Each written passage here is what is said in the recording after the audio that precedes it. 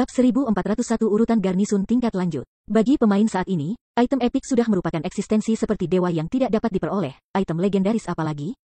Bahkan sampai sekarang, belum ada berita tentang guild atau pemain manapun yang berhasil mendapatkan item legendari yang terfragmentasi. Meskipun ada kemungkinan bahwa orang-orang yang telah melakukannya merahasiakannya seperti Zero Wing, kemungkinan itu terjadi sangat rendah. Lagi pula, selain item legendaris yang terfragmentasi menjadi sangat langka, kesulitan untuk mendapatkannya juga sangat tinggi. Di masa lalu, Shadow, yang telah menjadi guild kelas 2, tidak pernah mendapatkan item legenda legendaris tunggal. Dari ini, orang bisa membayangkan betapa langka barang legendaris yang terfragmentasi. Sementara itu, fakta bahwa Frost King telah menjatuhkan staf legendaris yang terfragmentasi pasti dapat dianggap sebagai keberuntungan yang luar biasa. Dibandingkan dengan peralatan dan aksesori, senjata adalah dasar untuk meningkatkan kekuatan tempur pemain. Seperti yang diharapkan dari senjata legendaris yang terfragmentasi, atributnya benar-benar sangat kuat. Frost Flame Murat, staf 2 tangan, peringkat legendaris terfragmentasi. Persyaratan peralatan, kekuatan 600, kecerdasan 1500.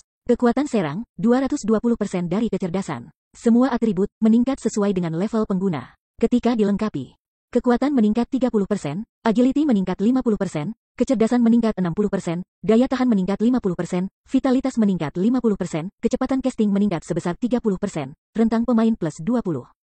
Kerusakan sihir meningkat 30%, semua efektivitas ejaan meningkat sebesar 30%, spell critical rate meningkat 30%, biaya mantra turun 10%. Tingkat penyelesaian semua mantra dan keterampilan tipe S dan api meningkat sebesar 5%, abaikan level plus 20. Keterampilan pasif tambahan 1. Frost Flame Origin, meningkatkan kekuatan mantra jenis S dan api yang dilemparkan oleh pengguna sebanyak 1 tingkat. Dapat ditingkatkan hingga tier 5. Keterampilan pasif tambahan 2. Elemental Shield, mengurangi semua kerusakan sihir yang diterima 50% dan kerusakan fisik sebesar 30%. Keterampilan aktif tambahan 1. Frost Flame Hail, menawarkan kerusakan tipe S dan api ke semua musuh dalam radius 50 yard selama 10 detik. Efektivitas mantra akan menjadi 1 tingkat lebih tinggi dari tingkat pengguna saat ini. Dapat ditingkatkan hingga tier 5. Cooldown, 10 menit. Keterampilan aktif tambahan 2. Frost Flame Space, dengan pengguna sebagai pusat, mengurangi atribut semua musuh dalam radius 100 yard sebesar 30%. Meningkatkan atribut pengguna sebesar 80% dan fisik sebesar 50%. Juga menciptakan doppelganger tipe S dan doppelganger tipe api. Doppelganger akan memiliki 100% atribut dasar pengguna tetapi hanya dapat menggunakan jenis mantra yang sesuai. Sementara di dalam Frost Flame Space, selama pengguna atau satu doppelganger bertahan, pengguna tidak akan mati. Ketika durasi Frost Flame Space berakhir, pengguna akan pulih kembali ke kondisi puncak. Durasi, 1 menit. Cooldown, 3 jam. Keterampilan aktif tambahan 3. Summon Mount, memanggil Frost Flame Cheetah yang memiliki 300% kecepatan gerakan dan 1 tingkat lebih tinggi dari pengguna. Tingkat gunung tidak dapat melebihi tingkat 5. Durasi, 3 jam. Cooldown, 3 jam. Staf ini pernah dimiliki oleh Irene Jacques. Namun, rune inti telah rusak. Staf perlu menyerap 10 kristal dewa untuk pulih.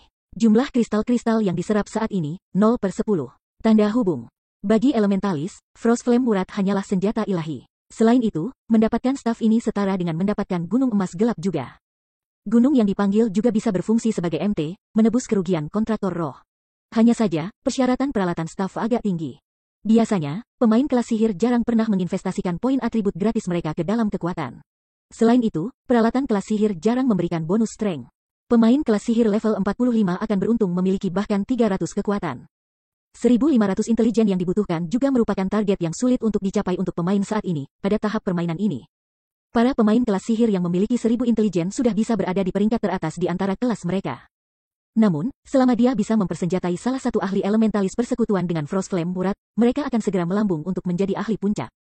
Setelah itu, Si Feng menyimpan Frost Flame Murat dan mulai menelusuri barang-barang lainnya yang jatuh. Ini adalah, dengan sangat cepat, Si Feng menemukan token kristal di dalam tasnya. Sementara itu, ada kata kota yang terukir di token. Matanya langsung berbinar melihat pemandangan itu. Apa? Perintah garnisun tingkat lanjut. Alasan mengapa NPC kota Evernight telah menyebutkan bahwa persekutuan bisa mengumpulkan kota Evernight jika mereka membunuh Frost King adalah perintah garrison yang Frost King akan jatuhkan. Dengan orde garrison, persekutuan dapat mengatur kota dan menikmati berbagai manfaat. Setiap kota NPC memiliki tingkat otoritas yang berbeda. Sementara itu, perintah garnisun tingkat lanjut memungkinkan persekutuan untuk memiliki otoritas maju langsung dari kelelawar. Mungkinkah ordo garnisun dasar telah berubah menjadi mahir karena Frost King berubah menjadi mutant? Berdasarkan ingatan Si Feng, persekutuan yang membunuh Frost King di masa lalu hanya mendapatkan perintah dasar garrison. Pesanan garrison lanjut. Pemilik token ini dapat mengizinkan satu guild untuk secara permanen garnisun Evernight City dan menikmati otoritas maju di kota. Tanda hubung. Orde dasar garison dari kota gelap memungkinkan koneksi kota persekutuan dengan kata kota gelap. Saat jumlah reputasi yang dimiliki oleh guild di kota kegelapan meningkat, jumlah otoritas yang dimilikinya di dalam kota akan meningkat juga. Otoritas yang lebih besar memungkinkan geng untuk menghubungkan beberapa kota dengan kota. Sementara itu, jika sebuah persekutuan memiliki otoritas maju di kota kegelapan, tidak hanya itu dapat menghubungkan beberapa kota-kota persekutuan dengan kota tersebut, tetapi juga dapat membeli tanah di area pusat kota. Di Gods Domain, Dark Cities jauh lebih populer di kalangan pemain dibandingkan dengan kota NPC biasa. Namun, pemain perlu menyelesaikan pencarian tertentu sebelum mereka bisa memasuki kota gelap. Entah itu, atau menjadi pemain merah atau gelap. Meskipun berbagai senjata dan peralatan yang tersedia untuk pertukaran di dalam kota gelap terbatas pada pemain merah dan gelap, itu tidak menghentikan pemain normal yang mencari item yang cocok untuk diri mereka sendiri dari pertukaran untuk item ini. Pemain normal hanya perlu menugaskan pemain merah atau gelap untuk bertindak sebagai proksi bagi mereka dengan imbalan kompensasi. Karenanya, perdagangan di dalam Dark Cities sangat aktif. Terutama, setelah pemain mencapai level 50 dan senjata dan peralatan berkualitas tinggi menjadi semakin langka, pertukaran kota gelap seperti itu akan menjadi lebih populer di Gods Domain. Di masa lalu, populasi kota kegelapan, pada satu titik, bahkan melebihi ibu kota kerajaan. Orang hanya bisa membayangkan berapa banyak pemain melakukan perdagangan di kota-kota gelap. Tentu saja, pemain merah dan gelap tidak bisa secara bebas menukar senjata dan peralatan berkualitas tinggi di kota gelap. Mereka tidak hanya membutuhkan jumlah reputasi yang cukup, tetapi mereka juga harus menghabiskan poin kontribusi dari kota gelap yang bersangkutan saat bertukar barang. Tanpa poin kontribusi yang memadai, pemain merah dan gelap juga tidak bisa menukar item. Sementara itu, saat memeriksa orde garnisun tingkat lanjut, suara pemberitahuan sistem masuk ke telinga Si Feng. Sistem, apakah kamu ingin mengikat token? Tanda hubung. Tanpa ragu, Si Feng memilih untuk mengikat token untuk dirinya sendiri. Lagi pula, salah satu tujuannya datang ke bekas-bekas beku kali ini adalah Garrison Order. Tanda hubung. Sistem, kamu telah mengikat token ke diri kamu sendiri. Silakan kunjungi Magistrate Magrans di Balai Kota-Kota Evernight. Tanda hubung. Setelah mengikat orde garnisun tingkat lanjut, Si Feng terus mencari melalui sisa jarahan. Ini adalah level 50 Dark Gold Weapons and Equipment. Jika dijual, masing-masing dari mereka dapat dengan mudah mengambil lebih dari 1000 emas. Secara keseluruhan, lebih dari 10.000 senjata dan peralatan emas gelap tingkat emas telah turun. Begitu dia mengatur rampasan, dia tidak membagikan detail apapun dengan tim. Dia hanya memberi semua peserta GCP yang mereka layak dapatkan sehingga mereka bisa menukar senjata dan peralatan yang mereka inginkan begitu mereka kembali ke persekutuan. Bagaimanapun, tim 1000 orang berbeda dari tim 100 orang. Hanya tidak ada peralatan yang cukup untuk dibagikan kepada semua orang. Jika pelelangan tim diadakan, itu pasti akan menghabiskan banyak waktu. Karenanya, dia mungkin juga menempatkan semua senjata dan peralatan emas gelap yang jatuh di Guild Warehouse dan membiarkan semua orang membuat pilihan mereka. Adapun item epik dan di atas, mereka adalah rahasia persekutuan dan tidak boleh ditampilkan atau disiapkan untuk pertukaran dengan santai. Aku harus melakukan perjalanan ke kota Evernight dan membuka jalur transfer. Si Feng kemudian menghapus perintah perang persekutuan dan mengeluarkan gulir kembali untuk meninggalkan bekas beku. Sementara itu, berita tentang Zero Wing berhasil menggerebek Frost King telah menyebar ke seluruh kerajaan Star Moon. Bab 1402 Arena Pertempuran Populer. Berita tentang kekalahan Frost King segera menarik perhatian banyak tim petualang dan pemain independen. Ini bohong kan? Aku mendengar bahwa banyak orang dimusnahkan oleh Frost King. Bahkan pasukan sekutu dari berbagai guild besar, yang terdiri lebih dari 100.000 pemain elit, tidak berdaya melawan Frost King. Bagaimana Zero Wing berhasil? Petik 2. Zero Wing membunuh Frost King berarti sekarang dapat secara langsung mengepalai kota Evernight. Dengan ini, Stone Forest Town juga akan terhubung dengan Evernight City. Petik 2. Sebelumnya, aku menghindari pergi ke kota hutan Stone karena aku merasa itu terlalu merepotkan. Namun, jika ada susunan teleportasi yang menghubungkan kota ke kota Evernight, mungkin bukan ide yang buruk untuk mengunjungi kota itu. Petik 2. Sekarang kota hutan batu memiliki tautan ke kota Evernight, itu pasti akan tetap menjadi kota nomor 1 kerajaan bintang bulan bahkan di masa depan. Aku ingin tahu tindakan apa yang akan dilakukan pemakaman surga. Petik 2. Berbagai tim petualang dan pemain independen sangat gembira atas kenyataan bahwa mereka dapat melakukan perjalanan langsung ke kota Evernight melalui Stone Forest Town. Sebelumnya, Stone Forest Town sudah sangat populer karena banyak barang langka yang dijual di sana serta memiliki lokasi pelatihan seperti Battle Arena. Hanya saja, karena ketidaknyamanan bepergian ke kota hutan batu, banyak pemain di Star Moon Kingdom telah menyerah pada usaha kerasnya. Sekarang setelah kota hutan batu terhubung ke kota Evernight, mengunjungi kota itu menjadi jauh lebih nyaman. Star Moon City, Heaven's Burial's Residence. Sial, Zero Wing benar-benar berhasil. Kulit Broken Flow menjadi gelap setelah menonton video yang menunjukkan serangan Zero Wing terhadap Frost King. Pemimpin persekutuan, apa yang harus kita lakukan selanjutnya? Pemakaman surga menderita kerugian luar biasa kali ini. Tidak hanya lebih dari 10.000 anggota elit mati, tetapi mereka bahkan kehilangan pembunuhan Frost King. Sekarang, prestise Zero Wing di Star Moon Kingdom sama mempesona seperti matahari tengah hari. Sementara itu, segera setelah berbagai tim petualang dan pemain independen menerima berita tentang kesuksesan Zero Wing, mereka semua mulai berpikir tentang teleportasi dari Evernight City ke Stone Forest Town dan melihat-lihat. Orang bisa membayangkan bagaimana kota hutan batu yang ramai akan menjadi begitu itu benar-benar terkait dengan kota Evernight. Kami akan membiarkan Zero Wing menikmati keberhasilannya untuk saat ini. Itu hanya membuka saluran teleportasi antara Stone Forest Town dan Evernight City sekarang. Di domain dewa, level dan sumber daya adalah hal yang sangat penting. Apa yang benar-benar kita butuhkan untuk fokus pada saat ini adalah paket ekspansi Empire Reise. Selain itu, Beast Emperor baru saja mengirim pesan kepada pihak kami untuk segera bersiap, Singular Burial berkata, mencibir. Namun, kita juga tidak bisa melepaskan Zero Wing dengan mudah. Beritahu personel di rumah lelang. Beritahu mereka untuk menambah jumlah barang langka yang kami siapkan untuk dijual serta sedikit menurunkan biaya pemrosesan. Aku ingin melihat berapa banyak pemain pedagang dan tim petualang yang benar-benar mau pergi ke kota hutan batu. Petik 2. Pemimpin persekutuan, jika kita melakukan itu, pendapatan kota besi merah tidak akan berkurang, kata Daybreak Fog cemas. Dengan pendapatan saat ini dari rumah lelang kota besi merah, mereka tidak hanya dapat mendukung pengembangan kota, tetapi mereka juga memiliki dana untuk cadangan untuk pengembangan pemakaman surga sendiri. Namun, jika mereka menurunkan biaya pemrosesan yang mereka kumpulkan, mereka hanya akan mampu mempertahankan pembangunan kota. Bagi pemakaman surga, yang saat ini sangat membutuhkan dana, ini bukan situasi yang menguntungkan.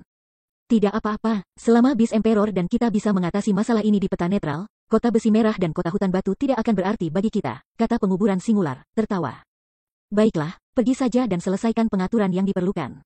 Dia dan Beast Emperor sepenuhnya menyadari betapa kuatnya Zero Wing. Sejak awal, mereka tidak pernah berniat mengandalkan kota besi merah untuk bersaing dengan Zero Wing. Mereka hanya ingin menggunakan kota untuk menghambat pengembangan Zero Wing. Dimengerti, setelah memikirkan masalah ini, Fog Daybreak menemukan keputusan pemakaman singular masuk akal. Dia kemudian berjalan ke kota besi merah. Aula lantai pertama arena pertempuran Stone Forest Town, saat ini, ada barisan panjang pemain yang menunggu di aula untuk masuk ke ruang tempur. Meskipun duel yang diadakan di ruang pertempuran memiliki efek minimal untuk para ahli tingkat atas, mereka sangat efektif untuk massa umum. Lagi pula, para pemain dapat mempertahankan kondisi pikiran yang tenang saat berada dalam lingkungan kepadatan mana yang tinggi. Untuk pemain biasa, efektivitas bertarung di dalam ruang tempur selama 1 jam setara dengan bertarung melawan PvP di dunia luar selama 10 jam atau lebih. Hah, ada apa dengan kedua orang itu? Sudah berapa kali mereka memasuki ruang tempur canggih? Apakah mereka punya terlalu banyak uang untuk dihabiskan? Petik 2. Beberapa pemain tidak dapat menahan keterkejutan mereka saat melihat Remnant Cloud dan Graceful Moon mencoba menyewa ruang tempur canggih untuk yang ke-9 kalinya. Pada awalnya, Remnant Cloud dan Graceful Moon sudah cukup menarik ketika mereka berdiri di dalam aula lantai pertama karena level dan peralatan mereka. Menambahkan fakta bahwa mereka akan kembali ke lantai 1 setiap setengah jam sekali untuk menyewa kamar-kamar tempur canggih, mereka secara alami akan mendapatkan perhatian. Menyewa 2 kamar tempur setiap kali berarti menghabiskan 4 kristal ajaib. Melakukannya 8 kali berarti menghabiskan 32 kristal sihir. Di pasaran, 32 kristal ajaib dapat dengan mudah mengambil 8 emas atau lebih. Banyak pemain ahli bahkan tidak mendapatkan 1 emas sehari. Meskipun tim petualang umumnya lebih kaya daripada pemain ahli individu, tidak peduli bagaimana para pemain menunggu melihatnya, menghabiskan 8 emas dalam waktu sesingkat itu hanya boros. Namun, sekarang, Cloud tersisa dan Graceful Moon sebenarnya berencana menyewa ruang tempur canggih lagi. Itu benar-benar menggelikan. Tuan, aku minta maaf, tetapi sesuai aturan Battle Arena kami, non-anggota diizinkan untuk menyewa ruang tempur canggih hanya 8 kali per hari. Jika kamu ingin menambah jumlah entry, kamu harus menjadi anggota Battle Arena. Dalam hal ini, kamu mendapatkan 16 entry per hari.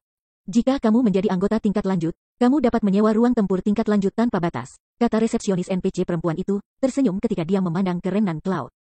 Aku bisa menggunakan ruang tempur canggih 16 kali sehari jika aku menjadi anggota? Remnant Cloud berpikir keras. Itu benar, resepsionis wanita itu mengangguk. Jika kamu ingin menjadi anggota Battle Arena kami, kamu harus menyetor 1.200 kristal ajaib ke akun pribadi kamu. Baru saja tiba di Stone Forest tahun baru-baru ini, para pemain yang mengantri di counter di sebelah Remnant Cloud terkejut ketika mereka mendengar harga yang dikutip oleh resepsionis NPC. Apakah Zero Wing sudah gila? Ada seseorang yang mau menyewa kamar tempur canggih yang mahal, namun Zero Wing benar-benar pergi dan membatasi jumlah entry? Apakah mereka membenci kristal-kristal sebanyak itu? Petik 2. Betul, hanya tim petualang di tingkat Fire Cloud Fox yang mau membayar harga setinggi itu. Jika itu aku lebih suka menghabiskan kristal sihirku di menara percobaan. Petik 2. Sama seperti semua orang menertawakan peraturan Battle Arena, Remnant Cloud tiba-tiba membuka mulutnya dan bertanya, apa kondisi untuk menjadi anggota yang maju di sini? Dia tercengang semua orang. Apa yang sedang terjadi? Apakah Fire Cloud Fox itu kaya? Semua orang tidak bisa tidak terkejut dengan pertanyaan Remnant Cloud. Meskipun ini adalah pertama kalinya mereka mendengar tentang keanggotaan tingkat lanjut, tentu saja, biaya keanggotaan lanjutan akan jauh lebih tinggi daripada biaya keanggotaan dasar. Jika kamu ingin menjadi anggota yang maju secara langsung, kamu harus menyetor 3.000 kristal ajaib ke dalam akun pribadimu. Jika kamu menjadi anggota tingkat lanjut, kamu tidak hanya akan dapat menyewa ruang tempur canggih tanpa batas, tetapi kamu juga akan menerima diskon 20% saat menggunakan ruang tempur normal. Jelas resepsionis NPC. Betapa curang, jika aku memiliki banyak kristal sihir, aku lebih baik tetap terkurung di dalam menara percobaan daripada datang ke sini. Petik 2. Zero Wing itu gila. Apakah benar ada seseorang yang begitu bodoh? Petik 2. Keributan terjadi ketika para penonton mendengar penjelasan resepsionis NPC. Sebelumnya, harga keanggotaan dasar Battle Arena sudah cukup curang. Namun, harga keanggotaan lanjutan tampak sangat konyol. 3.000 kristal, kerutan kencang terbentuk di wajah Remnant Cloud. Setelah beberapa saat berunding, dia berkata, aku hanya perlu memiliki total 3.000 kristal sihir yang tersimpan di dalam akun pribadiku, kan? Itu benar, resepsionis mengangguk. Jika itu masalahnya, lakukan prosedur keanggotaan dasar untuk kami berdua untuk saat ini, kata Remnant Cloud, menggertakkan giginya saat ia membayar 2.400 Magic Crystals ke resepsionis NPC. Jumlah ini sudah mendekati sepertiga dari persediaan Magic Crystals milik Firecloud Fox. Tentu saja, jika itu mungkin, Remnant Cloud lebih suka menjadi anggota yang maju. Dengan begitu, dia bisa terus meningkatkan dirinya di dalam ruang tempur canggih. Namun, dia telah membawa kurang dari 3.000 kristal ajaib kali ini. Karenanya, dia hanya bisa menerima keanggotaan dasar untuk saat ini. Dimengerti, resepsionis NPC menerima 2.400 kristal ajaib dan memulai prosedur keanggotaan arena pertempuran dengan Remnant Cloud dan Graceful Moon. Setelah menyelesaikan prosedur, Remnant Cloud dan Graceful Moon segera berbalik dan berlari menuju tangga, tampaknya berencana memasuki ruang tempur canggih lagi. Apakah ini lelucon? Apakah dia aktor yang disewa oleh Zero Wing? Para pemain di sekitarnya mengenakan ekspresi kebingungan di wajah mereka ketika mereka menyaksikan Remnant Cloud dan Graceful Moon pergi dengan tergesa-gesa ke lantai 7 arena pertempuran. Mereka tidak bisa mempercayai situasi ini. Kedua pemain itu sebenarnya bersedia menjadi anggota Battle Arena hanya agar mereka dapat memiliki lebih banyak kesempatan untuk memasuki ruang pertempuran canggih. Hanya sihir macam apa yang dimiliki ruang tempur canggih ini? Tunggu sebentar, aku tidak akan menyewa ruang pertempuran yang normal lagi. Aku ingin menyewa ruang tempur canggih, sebagai gantinya. Petik 2. Cukup banyak pemain ahli yang akan membayar biaya sewa mereka tiba-tiba berubah pikiran. Mereka sangat ingin tahu tentang apa yang begitu istimewa tentang ruang tempur canggih sehingga bisa memikat para ahli seperti Remnant Cloud dan Graceful Moon sampai tingkat tertentu. Bab 1403 Tempat Latihan Suci. Karena Remnant Cloud dan tindakan Graceful Moon, banyak pemain ahli di dalam aula lantai pertama Battle Arena semakin tertarik dengan ruang tempur canggih. Mereka segera mulai mengajukan permohonan untuk menyewa kamar sendiri satu demi satu, penasaran untuk mencari tahu apa yang begitu istimewa tentang kamar tempur canggih. Aku ingin menyewa ruang tempur canggih. Inilah 2 kristal sihir. Apa yang spesial dari ruang tempur tingkat lanjut? Aku ingin mencobanya. Petik 2. Hanya sesaat setelah Remnant Cloud dan Graceful Moon pergi, lebih dari selusin pemain menyatakan niat mereka untuk mencoba ruang tempur canggih. Namun, karena hanya ada 9 kamar tempur canggih yang tersedia, yang lain tidak punya pilihan selain menunggu giliran mereka. Para pemain ahli yang menggunakan ruang tempur canggih memasuki kamar masing-masing sambil dipenuhi dengan skeptis. Namun, begitu mereka memasuki kamar mereka, mereka segera menerima kejutan sebagai makhluk ilusi yang tampak seperti doppelganger mereka muncul di depan mereka. Setelah bertarung dengan makhluk ilusi ini, para pemain menemukan bahwa tidak hanya makhluk ilusi yang mampu menggunakan keterampilan yang sama persis seperti yang mereka lakukan sendiri. Tetapi makhluk ilusi bahkan mengeksekusi keterampilan dengan sempurna, seperti sifat kedua. Tidak ada rasa canggung dalam gerakan mereka sama sekali. Selain itu, kekuatan skill The Illusory Creatures yang dieksekusi jauh lebih kuat daripada milik para pemain. Setelah bentrokan singkat, para pemain menemukan diri mereka benar-benar ditekan oleh makhluk ilusi. Kekalahan mereka membutuhkan waktu kurang dari 30 detik. Jika bukan karena senjata dan peralatan yang mereka kuasai memiliki keterampilan yang kuat, mereka mungkin bahkan tidak bertahan 10 detik. Sangat kuat, apakah ini nyata? Bisakah aku benar-benar menunjukkan kekuatan tempur seperti itu? Mengapa ada celah yang sangat besar antara skill yang dia gunakan dan skill yang aku gunakan? Setelah dihidupkan kembali, para pemain melihat makhluk ilusi masing-masing dengan kaget. Awalnya, mereka sudah bisa menunjukkan kekuatan tempur yang lebih besar di arena pertempuran karena kepadatan mana yang tinggi di sini. Namun, mereka tidak pernah membayangkan bahwa mereka memiliki potensi untuk meningkatkan kekuatan tempur mereka sedemikian rupa. Makhluk ilusi memahami waktu dan tingkat penyelesaian keterampilan, khususnya memikat mereka sepenuhnya. Sebelum mereka menyadarinya, makhluk ilusi masing-masing telah membunuh mereka. Setelah itu, para pemain ahli di dalam ruang tempur canggih sepenuhnya menikmati keajaiban ruangan. Bahkan setelah 30 menit berlalu dan mereka dikeluarkan dari kamar masing-masing, mereka masih memasang wajah bingung. Apa, bukankah aku baru saja masuk? Sudah berakhir, mengapa aku merasa hanya beberapa menit berlalu? Petik 2. Para pemain ahli melihat ruang tempur canggih yang baru saja mereka usir dengan enggan. Namun, karena batas waktu mereka naik, mereka hanya bisa menerima nasib mereka dan berlari ke bawah untuk mengantre dan menyewa ruang tempur canggih sekali lagi. Hah, apa yang terjadi dengan orang-orang ini? Petik 2. Batch pemain berikutnya mengantri untuk menggunakan ruang tempur canggih yang menatap kebingungan pada batch terakhir pemain yang keluar dari kamar. Mereka tidak bisa mengerti mengapa para pemain ini terburu-buru turun setelah meninggalkan ruang tempur yang canggih. Komandan, tampaknya semakin banyak orang mengetahui tentang rahasia ruang tempur canggih. Haruskah kita terus mengantri ke kamar, atau haruskah kita pergi ke Divine Colosseum saja? Graceful Moon mengerutkan kening ketika dia melihat sekelompok ahli lain naik ke lantai 7. Dia dan Remnant Cloud berniat untuk menjaga fungsionalitas dari ruang tempur canggih untuk diri mereka sendiri dan memonopoli kamar selama mungkin. Lagi pula, hanya 9 ruang tempur canggih yang tersedia. Jika pemain lain mengetahui tentang keajaiban kamar, ruang tempur canggih pasti akan sangat diperebutkan. Para spar yang berada di dalam ruang tempur tingkat lanjut telah mengilhami dirinya dengan sangat. Sedemikian rupa sehingga jauh lebih efektif untuk berlatih di dalam ruang-ruang tempur tingkat lanjut daripada pertarungan melawan lawan dengan standar yang setara atau superior. Setelah hanya 9 sesi pelatihan, dia sudah berhasil meningkatkan tingkat penyelesaian salah satu keterampilan tier 1-nya sebesar 3%. Meskipun 3% sepertinya tidak banyak, karena tingkat penyelesaian keterampilan ini telah meningkat dari 82% menjadi 85%, baik kekuatan dan efek keterampilan telah mengalami transformasi kualitatif. Selain itu, dengan bertarung melawan ilusori creature, dia berhasil memahami kapan waktu yang tepat untuk menggunakan skillnya. Ruang tempur canggih begitu bermanfaat sehingga dia dan Remnant Cloud bahkan menunda rencana mereka untuk berlatih di Divine Colosseum dalam persiapan untuk kompetisi peringkat besok. Belum banyak orang yang menemukannya, jadi penantiannya seharusnya tidak selama itu. Mari kita lanjutkan antrian untuk saat ini. Kami akan kembali ke Kekaisaran Naga Hitam hanya setelah antrian terlalu lama, kata Remnant Cloud setelah memikirkan masalah ini.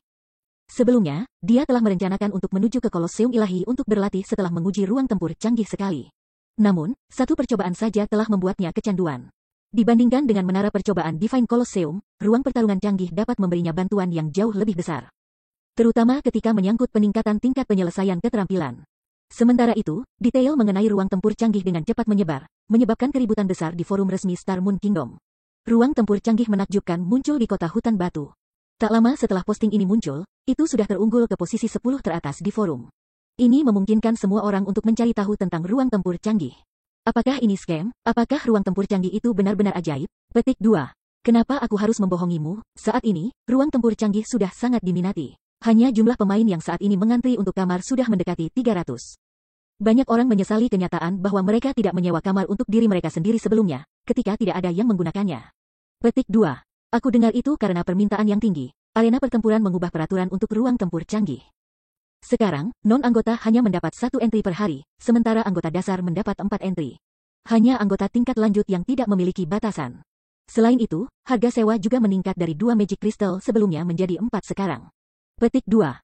Zero Wing sangat curang, mereka benar-benar berani menagih 4 kristal sihir? Ini gila, siapa yang mau menyewa sesuatu yang begitu mahal? Petik 2. Mahal, kamu tidak dapat menyewa satu sekarang bahkan jika kamu mau. Apalagi justru karena kenaikan harga inilah saat ini hanya ada sekitar 300 orang yang antre. Jika Zero Wing mempertahankan harga sebelumnya, kamu mungkin tidak mendapatkan kamar bahkan setelah menunggu 10 hari. Petik 2. Lupakan 4 kristal sihir, jika aku bisa masuk ke kamar segera, aku bahkan bersedia membayar 10 kristal ajaib. Petik 2. Untuk sementara waktu, semua orang dipenuhi dengan antisipasi terhadap ruang tempur canggih di Stone Forest Town. Ini terutama berlaku untuk pemain ahli. Sebelumnya, satu-satunya daya tarik bagi mereka di arena pertempuran adalah turnamen bulanan yang diadakan di sana. Paling-paling mereka akan menggunakan ruang tempur normal untuk berdebat dengan teman-teman. Mereka tidak memiliki kebutuhan khusus untuk arena pertempuran. Namun, dengan penampilan ruang tempur canggih, para ahli ini menjadi terpesona dengan Battle Arena. Sementara itu, di dalam Evernight City, Si Feng telah tiba sebelum balai kota. Balai kota-kota gelap jauh lebih ketat daripada balai kota-kota Sungai Putih. Selain itu, hanya berdiri di depan gedung itu sendiri, Si Feng sudah bisa merasakan kekuatan gelap yang kuat datang darinya. Dia bahkan bisa melihat kekuatan kegelapan dalam bentuk kabut hitam yang mengelilingi bangunan. Bahkan pemain gelap akan merasa tidak nyaman ketika mengalami kekuatan kegelapan yang begitu padat. Namun, bagi Si Feng, yang menggunakan Alkitab kegelapan, kekuatan kegelapan ini praktis tidak ada. Akibatnya, ia tiba di dalam halaman balai kota dengan relatif mudah. Namun, semakin jauh dia masuk ke balai kota, semakin padat kekuatan kegelapan hadir di atmosfer. Tekanan yang dia rasakan semakin bertambah berat juga. Ini adalah area terbatas kota. Personel yang tidak terkait dilarang masuk. Petik 2. Segera setelah Si Feng tiba di depan pintu masuk utama balai kota, 4 tingkat 200, Ksatria tingkat 3 gelap memblokir jalannya, memancarkan aura yang mengancam. Jika Si Feng membuat gerakan tiba-tiba, mereka akan segera mengambil tindakan. Mereka jauh lebih kejam jika dibandingkan dengan para penjaga di kota-kota NPC biasa. Aku datang untuk bertemu dengan Tuan Magrens, kata Si Feng saat dia mengungkapkan orde garnisun tingkat lanjut. Orde Garnisun canggih, 4 Satria gelap tertegun sejenak ketika mereka melihat token kristal di tangan si Feng. Sikap mereka langsung menjadi jauh lebih terhormat ketika salah satu dari mereka berkata, tolong tunggu sebentar di sini. Aku akan segera memberitahu hakim-hakim. Petik 2. Orde Garnisun lanjutan seperti bukti status seseorang. Pemegang token ini setara dengan bangsawan utama kota Evernight. Jangankan penjaga seperti diri mereka sendiri, bahkan hakim kota Evernight harus memperlakukan pemilik Advanced Garrison Orders dengan hormat. Dengan sangat cepat, Ksatria Kegelapan yang melaporkan kedatangan si Feng kembali. NPC kemudian berhenti di depan si Feng dan berkata dengan hormat, Tuan Hakim sudah diberitahu tentang kehadiran kamu. Silakan ikuti aku. Setelah mengatakan itu, Ksatria Kegelapan membawa si Feng ke balai kota. Sampah. Siapa itu? Dia benar-benar bisa memasuki balai kota? Petik 2. Itu tidak mungkin kan? Aku mendengar bahwa seseorang harus mencapai setidaknya peringkat baron untuk memasuki balai kota. Bagaimana seseorang bisa mencapai peringkat itu? Petik 2. Mungkinkah orang itu adalah pemimpin Guild Zero Wing, Black Flame? Aku mendengar bahwa Zero Wing telah membunuh Frost King dan langsung dapat garnisun Evernight City. Api hitam.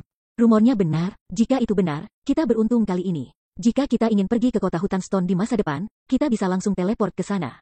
Petik 2. Bab 1404 rumah lelang tingkat lanjut muncul. Setelah memasuki balai kota, Ksatria Kegelapan membawa si Feng ke kantor di lantai 5. Bahkan sebelum si Feng memasuki kantor, dia sudah bisa merasakan aura kematian bocor keluar dari ruangan dan tanpa sadar bergidik pada intensitas aura. Saat pintu ke kantor terbuka, aura beberapa kali lebih kuat daripada monster tier 4 mitik yang menyapu dirinya. Sejenak, rasanya seolah-olah ruang di sekitarnya membeku. Masuk, suara yang dalam dan dingin datang dari dalam ruangan. Saat memasuki ruangan, si Feng langsung disambut oleh pemandangan pemilik suara dalam yang duduk di belakang meja kantor. Pemilik suara itu adalah pria paruh baya bungkuk dengan kulit sepucat salju. Pria itu mengenakan satu set jubah gelap dan memegang setumpuk perkamen di tangannya. Jika bukan karena semburat samar kehidupan di aura yang dipancarkan pria itu, orang bahkan akan berpikir bahwa mereka telah menemukan dewa kematian. Sementara itu, pria ini tidak lain adalah Magrens, hakim kota Evernight. Magrens adalah penguasa kota Evernight. Pada saat yang sama, ia juga seorang magus gelap tingkat 5, sebuah eksistensi yang bahkan ditakuti oleh kerajaan bintang bulan. Magrens adalah alasan mengapa pasukan kerajaan tidak berani mengambil tindakan terhadap kota Evernight. Menghadapi NPC kaliber seperti itu, si Feng tidak berani membuang waktu bermain-main dengan kata-kata. Dia segera mengambil orde garnisun tingkat lanjut dan meletakkannya di atas meja. Tuan Hakim, aku ingin memiliki garnisun persekutuan aku di kota ini. Aku harap kamu bisa mengizinkannya, kata si Feng dengan hormat. Ini memang orde garnisun tingkat lanjut di kota aku. Baiklah, aku mengizinkan persekutuanmu dengan garnisun Evernight City. Magrens mengangguk setelah melirik token kristal di atas meja. Dia kemudian mengeluarkan selembar perkamen dan peta kota Evernight dan berkata, tuliskan nama persekutuanmu di perkamen ini.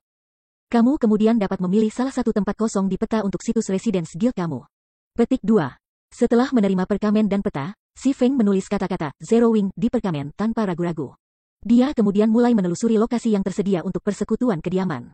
Apakah ini hak istimewa untuk memiliki pesanan garnisun lanjutan? Si Feng menjadi sangat gembira ketika dia melihat lokasi yang tersedia di peta. Kota Evernight berbeda dari kota NPC biasa. Ada perbedaan besar antara area normal, dalam, dan pusatnya. Hak istimewa yang bisa dinikmati oleh guild dalam kota tergantung pada lokasi garnisunnya.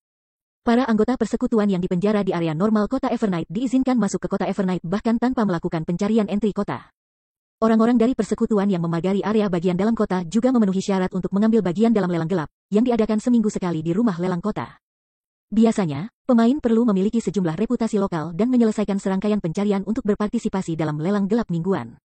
Terakhir, area pusat adalah di mana semua guild di Star Moon Kingdom ingin garnisun. Selama persekutuan berhasil mendirikan tempat tinggal di daerah pusat, anggota persekutuannya dapat menukar senjata dan peralatan di kota Evernight tanpa harus menjadi pemain merah atau gelap. Kualitas senjata dan peralatan yang dapat ditukar anggotanya akan bergantung pada reputasi persekutuan di dalam kota. Satu-satunya downside ke ini adalah bahwa, tidak seperti item yang dipertukarkan oleh pemain gelap. Item dipertukarkan oleh anggota guild yang bukan merah atau pemain gelap terikat pada diri mereka sendiri. Namun, jumlah tempat yang tersedia di area pusat kota Evernight sangat terbatas. Selain itu, karena tidak ada biaya untuk mengumpulkan Evernight City, 10 tempat yang tersedia akan didistribusikan melalui sistem eliminasi. Perserikatan akan diberi peringkat sesuai dengan jumlah poin kontribusi kota yang mereka kumpulkan setiap bulan. Dan mereka yang memenuhi syarat untuk garnisun daerah pusat dapat bersaing untuk 10 tempat setiap bulan. Dengan Advanced Garrison Order, Zero Wing dapat langsung garnisun di area pusat. Di sisi lain, pemakaman surga hanya berhasil mengumpulkan area dalam. Tuan Hakim, aku sudah membuat keputusan. Setelah si Feng menentukan pilihannya, dia mengembalikan perkamen dan peta ke Magrens. Bagus sekali, mulai sekarang, Zero Wing akan menjadi salah satu dari guild yang dipenjara di Evernight City. Kamu bisa pergi dan melihat guild residence kamu sekarang, kata Magrens, mengangguk setelah dia melihat isi perkamen. Dia kemudian melambaikan tangannya, menandakan izin bagi Si Feng untuk pergi.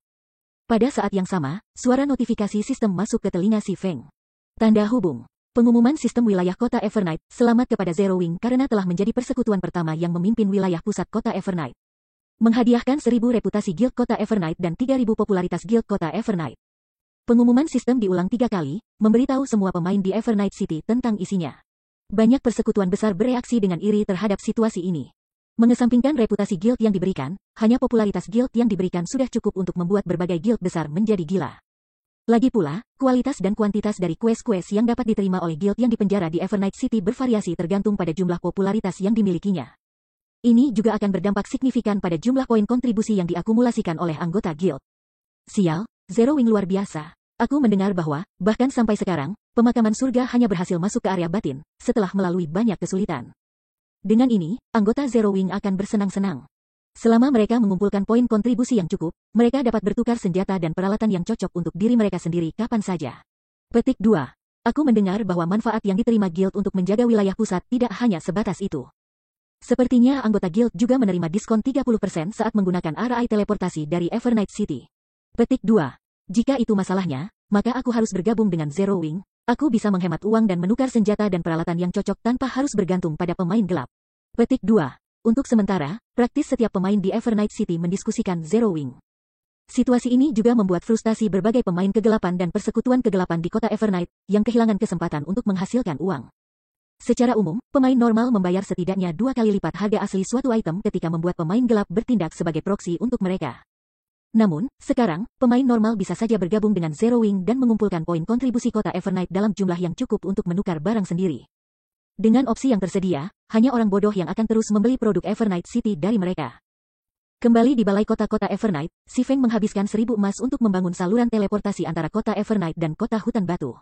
Hal ini segera menarik perhatian banyak pemain. Kawan, lihat, RI teleportasi memiliki 2 tujuan yang tersedia sekarang. Petik 2. Ini luar biasa, kita sebenarnya bisa teleport langsung ke Stone Forest Town sekarang. Dengan ini, aku tidak perlu membuang-buang waktu bepergian ke kota lagi. Petik 2. Aku sebelumnya tidak repot-repot mengunjungi kota hutan batu, karena jaraknya yang jauh. Ini adalah kesempatan bagus untuk mengunjunginya. Petik 2. Aku dengar kota hutan batu membuka ruang tempur jenis baru. Kita bisa pergi ke sana dan mencobanya sekarang. Petik 2. Hanya dalam beberapa menit, ribuan pemain telah ditransfer ke kota hutan Stone melalui susunan teleportasi. Meskipun biayanya 80 koper untuk melakukan teleport ke Stone Forest Town, itu jauh lebih nyaman daripada bepergian ke sana dari kota NPC terdekat. Sebagai hasilnya, banyak ahli independen dan tim petualang mulai merasa bahwa mengumpulkan kota batu hutan bukanlah ide yang buruk. Lagi pula, dengan Evernight City berfungsi sebagai titik transfer, mereka bisa menghemat banyak waktu. Sementara itu, aktivasi saluran teleportasi juga menyebabkan populasi pemain Red Iron Town menurun secara drastis. Api hitam, aku akan membiarkanmu bersenang-senang untuk saat ini. Namun, kamu akan segera tahu bahwa semua upaya kamu sia-sia, makam singular sambil membaca laporan yang baru saja ia terima. Dia kemudian melihat Daybreak Fog di layar di depannya dan berkata, kalian semua bisa mulai beroperasi sekarang. Pemimpin persekutuan, serahkan pada kami. Fajar Fog tersenyum, matanya dipenuhi keyakinan. Sementara itu, Si Feng, yang mensurvei Residence Zero Wing di Evernight City, mendapat telepon tiba-tiba dari Melancholic Smile. Pemimpin persekutuan, rumah lelang tingkat lanjut telah dibangun. Haruskah kita membukanya untuk umum sekarang? Melancholic Smile bertanya, wajahnya diwarnai kegembiraan. Bab 1405 Rumah Lelang Tanpa Sayap. Mendengar laporan senyum melankolis, Si Feng tidak bisa membantu tetapi menjadi gembira. Dia sudah lama menunggu saat ini. Baik, kirim beberapa NPC tingkat lanjut dari Battle Arena untuk mengelola urusan rumah lelang segera. Setelah itu, umumkan kepada publik bahwa kami hanya mengumpulkan biaya pemrosesan 1%. Jika seseorang menjadi anggota rumah lelang Zero Wing, mereka dapat memiliki biaya pemrosesan untuk 5 item pertama yang mereka kirim setiap hari dibebaskan. Sementara itu, mereka yang ingin menjadi anggota hanya perlu membayar biaya 1 kali 10 kristal sihir, kata Si Feng. Sudah saatnya kita menendang kota besi merah dari kompetisi. Pemimpin persekutuan, bukankah ini berjalan terlalu jauh? Senyum melankolik agak kagum dengan deklarasi Si Feng. Rumah lelang kota NPC umumnya mengenakan biaya pemrosesan minimum 15%, mereka yang di ibu kota mengenakan biaya setidaknya 20%. Di sisi lain, rumah lelang Red Iron Town mengenakan biaya pemrosesan 10%. Meskipun perbedaan 5% tampak kecil, itu jauh dari kenyataan. Misalnya, jika seseorang menjual barang yang bernilai 1 emas, mereka akhirnya akan mendapatkan tambahan 5 koin perak jika mereka menjual barang-barang mereka di kota besi merah daripada kota NPC. Selain itu, barang-barang yang disiapkan untuk dijual di rumah lelang umumnya bernilai tinggi. Pengurangan 5% dalam biaya pemrosesan dapat memungkinkan penjual untuk menghemat sejumlah besar uang. Sementara itu, jika rumah lelang Zero Wing hanya mengumpulkan biaya pemrosesan 1%, akan beruntung mendapatkan cukup uang untuk mempertahankan operasinya. Lagi pula, hanya ada begitu banyak pemain di kota, dengan demikian, ada batasan jumlah barang yang akan dijual setiap hari. Selain itu, Advanced Auction House sendiri adalah bangunan yang sangat besar yang membutuhkan ratusan NPC untuk dikelola. Meskipun mereka bisa menindas kota besi merah dengan melakukan itu, Zero Wing juga tidak akan dapat menghasilkan uang. Jangan khawatir tentang itu, selesaikan saja, kata si Feng, terkekeh, tidak peduli dengan penjelasan. Dia kemudian mengeluarkan gulir transfer guild dan berteleportasi ke Stone Residence Town Forest. Di Guts Domain, bangunan yang mendatangkan untung paling banyak di kota guild adalah selalu rumah lelang. Bahkan penghasilan arena pertempuran tidak dapat bersaing dengan pendapatan dari rumah lelang. Ini juga alasan mengapa berbagai kekuatan utama dan banyak pemain independen percaya bahwa pemakaman surga suatu hari akan melampaui Zero Wing. Lagi pula, kekuatan finansial dan sumber daya adalah fondasi persekutuan. Tanpa itu, persekutuan tidak akan bisa berkembang apapun. Meskipun mengumpulkan hanya biaya pemrosesan 1% mungkin tampak sangat sedikit, dan dengan populasi pemain Stone Forest Town, Zero Wing memang akan sangat beruntung untuk mencapai titik impas. Itu tidak hanya memiliki Stone Forest Town. Persekutuan masih memiliki kota kecil yang segera akan selesai. Memikat lebih banyak pemain ke kota hutan batu juga akan membantu menarik lebih banyak pemain ke kota baru Zero Wing. Pada saat itu, pendapatan keseluruhan Zero Wing secara alami akan meningkat. Belum lagi, karena lebih banyak kota-kota persekutuan mulai mendapatkan rumah lelang mereka sendiri, persekutuan mereka juga akan menurunkan biaya pemrosesan yang dibebankan agar lebih kompetitif. Apa yang si Feng lakukan hanyalah mempercepat yang tak terhindarkan. Sayangnya untuk pemakaman surga, sementara ia mampu mengambil tindakan seperti itu, yang terakhir tidak bisa. Ini pasti akan memberikan pukulan fatal bagi rumah lelang kota besi merah. Karena itu, melakukan langkah ini sama dengan membunuh dua burung dengan satu batu. Dimengerti, senyum melankolis hanya bisa mengungkapkan senyum pahit saat dia memutuskan panggilan. Jika pemakaman surga ingin mengetahui tentang hal ini, eselon atas persekutuan kemungkinan besar akan pingsan karena marah. Sementara itu, di dalam rumah lelang kota besi merah, Daybreak Fog mengumumkan peraturan baru rumah lelang pemakaman surga. Biaya pemrosesan 10% asli diturunkan menjadi hanya 5% sekarang. Perubahan ini segera menyebabkan keributan di antara para pemain di dalam rumah lelang. Pemakaman surga sangat murah hati. Mereka sebenarnya mengurangi separuh biaya pemrosesan yang mereka bebankan. Sepertinya pemakaman surga sedang mencoba untuk menekan Zero Wing. Petik 2. Hahaha, waktu aku benar-benar sempurna. Dengan ini, aku bisa menyimpan beberapa koin perak lagi. Petik 2. Bukankah biaya pemrosesan ini sedikit terlalu murah? Bahkan jika aku mengimpor barang dari kota-kota selain Star Moon City, selama aku menjualnya dengan harga yang cukup tinggi, aku masih bisa mendapat untung cukup besar. Petik 2. Kenaikan kota besi merah jelas tak terbendung sekarang. Banyak pemain di dalam rumah lelang pemakaman surga dikejutkan oleh gerakan gila pemakaman surga. Sementara itu, berita perubahan juga dengan cepat memasuki telinga berbagai kekuatan kerajaan Star Moon. Apakah para petinggi surga pemakaman kehilangan akal? Apakah mereka tidak takut tidak menghasilkan uang dengan melakukan aksi seperti itu? Petik 2. Tampaknya Zero Wing benar-benar membuat marah pemakaman surga kali ini. Meskipun Heavens Burial akan menurunkan laba mereka dengan melakukan hal itu, jumlah pemain yang mengunjungi Red Iron Town pasti akan mencapai ketinggian yang menakutkan di masa depan. Populasi pemain kota bahkan mungkin melebihi Stone Forest Town. Dengan ini, posisi Stone Forest Town sebagai kota nomor 1 tidak diragukan lagi akan dicuri dengan sangat cepat. Petik 2.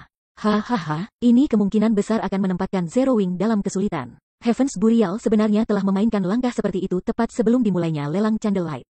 Jumlah pemain yang mau membeli rumah pribadi dan toko batu Stone Town pasti akan berkurang secara signifikan. Zero Wing pasti sedang marah sekarang. Petik 2. Berbagai kekuatan utama dalam kerajaan Star Moon sangat terkejut dengan tindakan gila pemakaman surga. Namun, mereka juga merasa gembira dengan perkembangan ini. Saat ini, para pemain yang menjual barang-barang di Red Iron Town terutama terdiri dari penduduk Star Moon City. Sangat sedikit pemain dari kota NPC lain yang bersedia mengunjungi Red Iron Town hanya untuk memanfaatkan rumah lelang. Alasan utama untuk situasi ini adalah biaya teleportasi yang mahal. Dengan biaya pemrosesan yang dibebankan oleh rumah lelang pemakaman surga berkurang separuh, uang yang disimpan dapat digunakan untuk menutupi biaya teleportasi. Perubahan ini pasti akan menarik sekelompok besar pemain dari kota NPC lainnya. Oleh karena itu, hanya masalah waktu sebelum kota besi merah melampaui kota hutan batu. Begitu pemain independen dan tim petualang yang berbasis di berbagai kota NPC Star Moon Kingdom menerima informasi ini, mereka mulai mengatur barang-barang mereka. Bersiap untuk melakukan perjalanan ke Star Moon City. Dalam waktu kurang dari setengah jam sejak pengumuman itu dibuat, populasi pemain kota besi merah meningkat lebih dari 50.000. Sekarang, total populasi kota hanya sedikit lebih dari 100.000 jauhnya dari penangkapan dengan Stone Forest Town. Big Sis 4, barang langka yang dikirim pemimpin guild kami telah tiba. Selain itu, berdasarkan laporan yang kami terima, banyak pemain pedagang di Stone Forest Town sudah mulai meninggalkan kota. Karena kelihatannya, mereka berencana pergi ke kota besi merah, lapor asasin wanita level 30+. Baik, masukkan barang untuk dijual dalam batch. Setelah ini, aku ingin melihat apakah masih ada orang yang mau membeli rumah-rumah pribadi dan toko-toko di Stone Forest Town, kata Daybreak Fog, mengangguk. Meskipun Heaven's Burial tidak akan menghasilkan banyak dengan menurunkan biaya pemrosesan ke level seperti itu, bisa memikat pemain pedagang Stone Forest Town sudah lebih dari cukup. Karena hal itu akan menurunkan popularitas Stone Forest Town pada gilirannya. Sementara itu, di depan rumah lelang lanjutan kota Batu Forest, ukuran besar bangunan telah menarik perhatian banyak pemain. Bangunan yang sangat besar, ini praktis sebesar arena pertempuran. Mungkinkah Zero Wing berencana membuat arena pertempuran lain? Petik 2. Seharusnya tidak begitu. Kota-kota dan kota-kota terbatas masing-masing hanya satu arena pertempuran. Cepat, lihat, pembatas sihir yang menyembunyikan bangunan itu mulai menghilang. Petik 2. Ketika para pejalan kaki mendiskusikan bangunan yang baru dibangun di kota hutan batu, penghalang raksasa yang menyelimuti seluruh rumah lelang lanjutan mulai hancur. Beberapa saat kemudian, sebuah bangunan yang dapat menyaingi Battle Arena Stone Forest Town dengan megahnya muncul di depan mata semua orang.